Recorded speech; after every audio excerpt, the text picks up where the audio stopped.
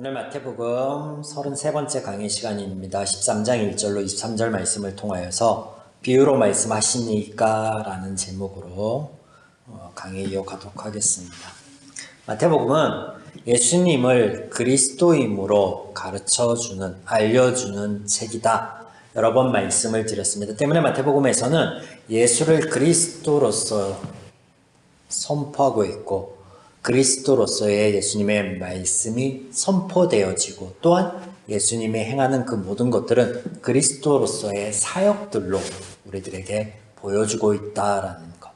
그러나 정작 죄인인 인간은 그를 알아볼 수 없어서 엉뚱한 반응들을 보이는데 지난 시간 12장 말씀을 통하여서 그런 반응들에 대해서 살펴보았습니다. 크게 세 가지가 등장하였는데요. 예수님께서 귀신들을 고쳐주었을 때 그가 바알세불을 힘입어서 귀신을 쫓아낸다라고 종교 지도자들이 이야기하였습니다. 또 예수님이 그리스도인가라는 의구심을 갖는 이들이 만약 당신이 그리스도라면 표적을 보여주소서라고 말을 걸어오는 대목이었고, 마지막으로는 예수님의 가족들이 등장하나 그들 또한 예수님이 그리스도인지 알아보지 못하였다라는 것. 오늘 본문에 보시면 예수님께서 큰 무리들을 가르칠 때 여러 가지 비유로 말씀하여 주십니다. 이에 제자들이 예수님께 나와 묻습니다. 어찌하여 그들에게 비유로 말씀하시나이까? 마태복음뿐 아니라 예수님의 행적을 기록하고 있는 사복음서의 전체에서 예수님께서 말씀을 전하실 때 이런 비유들을 자주 사용하여서 말씀하심을 우리는 볼 수 있습니다. 제자들의 질문처럼 왜 예수님께서는 비유를 사용하여 말씀하실까요? 본문 안에 그 답이 있습니다. 우리가 앞장에서 살펴보았듯이 그 해답이 이미 나와 있는 거예요. 사람들이 예수님을 못 알아봅니다. 그리고 또한 예수님의 말씀의 어떤 것인지 해석해내지 못해요. 알아듣지 못해요. 우리가 아는 상식선에서 가르치는 사람이 듣는 사람이 잘 알아듣지 못하고 있을 때 비유 등을 사용하여서 어떻게 하면 이들이 알아들을 수 있을까? 어떻게 하면 이들에게 쉽게 설명할 수 있을까? 라고 해서 비유를 들어서 말을 이어갑니다. 맞죠? 그렇죠? 이런 상식선에서 이해를 가지고 오늘 본문을 보시면 돼요. 엉뚱한 해석을 그래서 하면 안 되는 거죠. 12장까지 예수님을 그리스도로 알아보지 못하고 예수님의 말씀이 어떤 건지 제대로 분별해내지 못하는 그들에게 예수님이 비유로 말씀하여 주신다. 왜? 그들이 못 알아들으니까. 자, 이런 배경 지식이 없으면 엉뚱한 방향으로 해석할 수밖에 없다라는 거죠. 본문 11절에서 13절 대답하여 이르시되 천국의 비밀을 아는 것이 너희에게는 허락되었으나 그들에게는 아니되었나니 무릇 있는 자는 받아 넉넉하게 되고 없는 자는 그 있는 것도 빼앗기리라. 그러므로 내가 그들에게 비유로 말하는 것은 그들이 보아도 보지 못하며 들어도 듣지 못하며 깨닫지 못함이니라. 예수님께서 지금 11절 같이 말씀하시는 것이 예수님의 제자들과 그렇지 않은 자들에게 차별을 둔 것이다 라고 보이십니까? 얼핏 보면 그렇게 보이는데 12절과 함께 보시면 더욱더 그렇게 보인다라는 거예요. 무릇 있는 자는 받아 넉넉하고 없는 자는 빼앗기리라. 예수님의 천국 복음을 받으면 넉넉해지고 그렇지 않으면 종교 지도자들처럼 대놓고 배격을 하게 되면 빼앗기는 것처럼 말씀이 그런 것처럼 그렇게 보인다라는 거예요. 실제로 유대인의 종교 지도자들 그들의 역사를 보면 그렇게 된 것 같아요. 이스라엘의 역사를 되짚어 보면. 그런데 그런 말씀이 아니다라는 거예요. 그래서 앞단에 설명을 드렸던 거예요. 처음부터 모든 사람들은요, 죄인입니다. 모두가 같은 상태라는 것을 간과하게 되면요, 해석이 엉뚱하게 가게 돼 있는 거예요.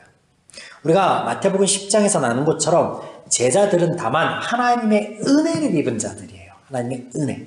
전적인 하나님의 은혜. 공동 번역에서 이것을 이렇게 해석해 놓았습니다. 11절 말씀인데요. 제가 읽어드릴게요. 예수께서 이렇게 대답하셨다. 너희는 하늘나라의 신비를 알 수 있는 특권을 받았지만 다른 사람들은 받지 못하였다. 정황상 이 번역본이 좀 더 진리에 가까운 것 같습니다.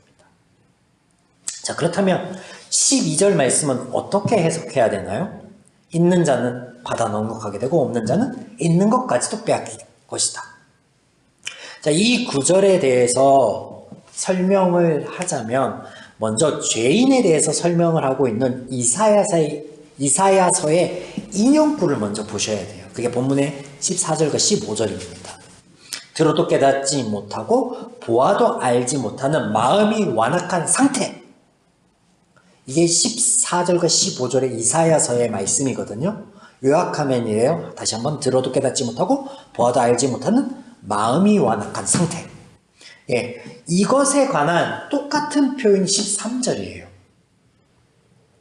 내가 그들에게 비유로 말하는 것은 그들이 보아도 보지 못하고 들어도 듣지 못하고 깨닫지 못한다라는 거예요. 죄인의 상태. 이사야서에서 말씀하시는 그 인용구를 가져와서 14절 15절에서 말씀하시는 것과 동일한 상태. 그것을 말씀하시는 거예요. 그러므로 12절과 13절은요. 죄인의 상태라는 거예요. 동일한 죄인의 상태. 그리스도의 사역이 없다면, 하나님의 은혜가 없다면 무너질 수밖에 없는 죄인의 삶에 대해서, 죄인의 상태에 대해서 말씀하고 있는 거예요. 사실요, 12절과 같은 원리는요, 우리가 이미 살아가고 있는 이 세상 속에 적용되는 원리 중에 하나예요.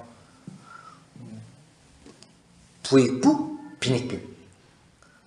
가진 자는 더 많이 가질 수 있는 세상, 빈곤한 자는 그 있는 것까지 빼앗겨서 더 빈곤해지는 세상. 이사야서의 인용구 중에 죄인의 상태를 돌이킬 것을 하나님께서 싫어하시는 것처럼 말씀하시는 부분이 있어요. 두렵다라고. 15절 볼게요. 이 백성들의 마음이 완악하여져서 그 귀는 듣기에 둔하고 눈은 감았으니 이는 눈으로 보고 귀로 듣고 마음으로 깨달아 돌이켜 내게 고침을 받을까 두려워함이라. 이게 무슨 말이에요? 그들이 들어도 듣지 못하고 보아도 보지 못하고 깨닫지 못하는 그 마음의 상태가 고침을 받을까 두렵다. 이게 하나님의 마음일까요? 그럴 리가 없죠. 그럴 리가 없죠. 그런 상태에 있는 죄인들을 구원하시기 위해서 이 땅에 육신을 입고 오신 분이에요. 당신의 생명을 주신 분이에요. 그런데 두렵다? 그러면 이 두려움은 뭐예요? 이 두려움은 어떤 거냐면 하나님으로 돌이키고 싶어 하지 않는 죄인의 마음을 표현하고 있는 거예요. 그들이 들어도 듣지 못하고 보아도 보지 못하고 그런 악한 마음인데 그 악한 마음을 고침을 받을까 두려워한다라는 거예요. 죄인의 상태가 그렇다는 거예요. 그걸 고쳐주고자 하나님이 회복하고자 이스라엘의 그 400년 역사 안에 끊임없이 은혜를 베풀어 주셨지만 그거는 돌이키지 않는 거예요. 나라가 멸망하고 죽어서 나가 넘어질지언정 돌이키지 못해요. 그게 제 상태예요. 제 상태. 그러므로 사람으로는 방법이 없기에 하나님께서 하셔야 됩니다. 그리스도가 이 땅에 오시어 제 문제를 해결해 주셔야만 합니다. 하나님께서 하신다라는 이 말을 잘 기억하고 다음 구절들을 보아야 됩니다. 우리가 너무나 잘 알고 많이 들었던 비유가 등장하는데 씨 뿌리는 비유예요. 씨 뿌리는 비유. 이 비유에서 말씀하시는 씨는 말씀이며 밭은 인간입니다. 그리고 씨를 뿌리는 농부는 하나님이세요.